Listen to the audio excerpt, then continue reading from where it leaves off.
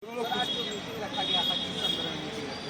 देखिए, आज भागीदारी पार्टी के पदाधिकारी और प्रजापति स्वाभिमान एसोसिएशन गोरखपुर के पदाधिकारी को हम लोगों ने एक बैठक की और उस बैठक में जो 26 तारीख को भागीदारी पार्टी के तत्वाधान में आपके रानी डीहा पीएन पब्लिक स्कूल में वंचित शोषित समाज जनजागरण महारैली का आयोजन हम लोगों ने किया है।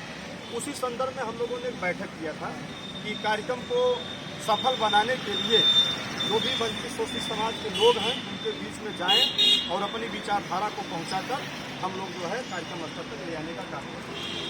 पिछड़ी और अति पिछड़ी जातियों की बात करें तो कितने लोगों के आने की संभावना आपकी रहेगी? देखिए, उत्तर प्रदेश की सभी जनता ने सपा, बसपा, कांग्रेस, भाजपा सभी को देखा। 4 बार समाजवादी पार्टी की सरकार बनाया, 4 बार बसपा की सरकार बनाया, कांग्रेस की बड़े लंबे समय तक बनाया और भाजपा की सरकार बनाकर देख रहे हैं। इनको वोट तो चाहिए कि पिछड़े की दलितों की, वंचित समाज की वोट तो चाहिए, लेकिन इनकी हिस्सेदारी की बात नहीं करते। तो भागीदारी पार्टी ने एक विकल्प के रूप में उभर कर आया है कि जो वंचित शोषित समाज है उसको हम लोग मैसेज देना चाहते हैं, उनको समझाना चाहते हैं कि आप लोगों ने इन लोगों की सरकार बनाकर तो देख लिया, लेकिन ये आज तक देश को आजाद हुए 76 साल हो गया, हिस्सेदारी देने का कार्य नहीं किए। तो भागीदारी पार्टी एक सुनहरा विकल्प है। जिस तरीके से आप लोगों ने देखा, आम आदमी पार्टी ने खेला किया, लोगों ने विश्वास जताया और 2 प्रदेशों में उनकी सरकार भी बनी। तो आज उत्तर प्रदेश ही नहीं, भारत के 12 राज्यों में भागीदारी पार्टी को एक सुनहरा विकल्प के रूप में लोग देख रहे हैं कि नहीं, भागीदारी पार्टी एक ऐसी पार्टी है जो वंचित शोषित समाज के हिस्सेदारी की बात करती है, जो अपने अधिकारों से वंचित हैं, जिनके बेटा बेटी पढ़ लिख कर बेरोजगार हैं, जो विकास की मुख्य धारा के अंतिम पायदान पर बैठे हुए हैं। हम चाहते हैं, जो मानवर कांशीराम जी चाहते थे कि जो विकास की मुख्य धारा के अंतिम पायदान पर बैठा हुआ व्यक्ति है, हम उनको पीछे से उठाकर आगे बैठाएं। हमारे राष्ट्रीय अध्यक्ष माननीय श्री प्रेमचंद प्रजापति जी उन उपेक्षित जातियों की हिस्सेदारी के सवाल को लेकर लड़ रहे हैं।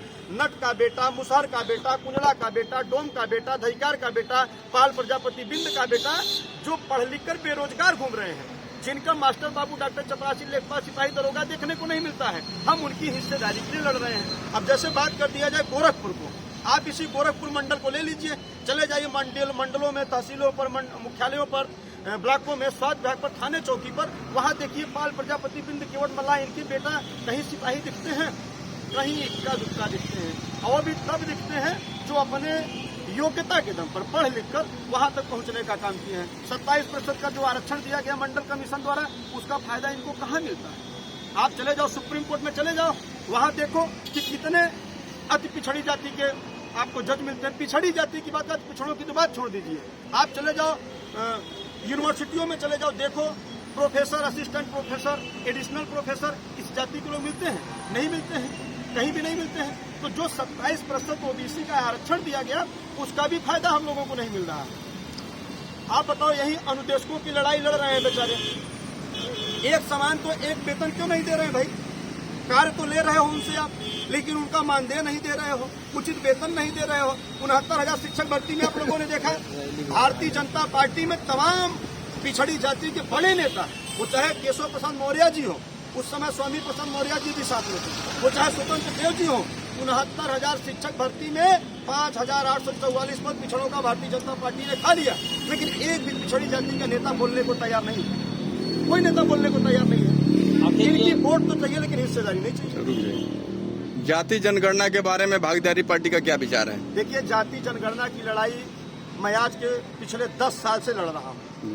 जब समाजवादी पार्टी की प्रदेश में सरकार थी, बसपा की सरकार थी, इन लोगों ने जातिवार जनगणना की बात नहीं करते थे। जब क्षेत्रीय दलों ने, भागीदारी पार्टी ने जातिवार जनगणना की आवाज को जब बुलंद किया, तो इनको देखकर आज बड़े दल भी जातिवार जनगणना की बात करने लगे। अखिलेश यादव जी की सरकार जब थी, वो कभी जातिवार जनगणना के पक्षधर थे? कभी बात किया? नहीं किया। लेकिन जब भागीदारी पार्टी ने इसकी आवाज उठानी शुरू कर दिया कि जिसकी जितनी संख्या भारी, उसकी उतनी हिस्सेदारी, आज प्रदेश में जातिवार जनगणना करा दिया जाए और जातियों की संख्या पता चल जाए कि कौन जाति की कितनी अनुपात है, किस संख्या में रहते हैं, तो जितनी भी पार्टियां हैं, ये पार्टियां उनकी भी हिस्सेदारी देने का कार्य करने लगेगी। जैसे इस गोरखपुर में 1,48,000 गोरखपुर लोकसभा में कुम्हारों की वोट है, लेकिन हमारी कोई गणना नहीं है। अभी जब मैंने रैली का आयोजन किया तो भारतीय जनता पार्टी के बड़े नेताओं ने मुझे फोन करके कहा, अरे नेताजी आप तो जो है रैली करने जा रहे हैं गोरखपुर में। हम कहा बिल्कुल रैली कर रहे हैं। कहा कुम्हार कहाँ है वहाँ गोरखपुर में, कुम्हार कहाँ है? मतलब मेरी कोई गणना नहीं है। अगर जातिवार जनगणना आज हो जाए तो दूध का दूध पानी का पानी हो जाए।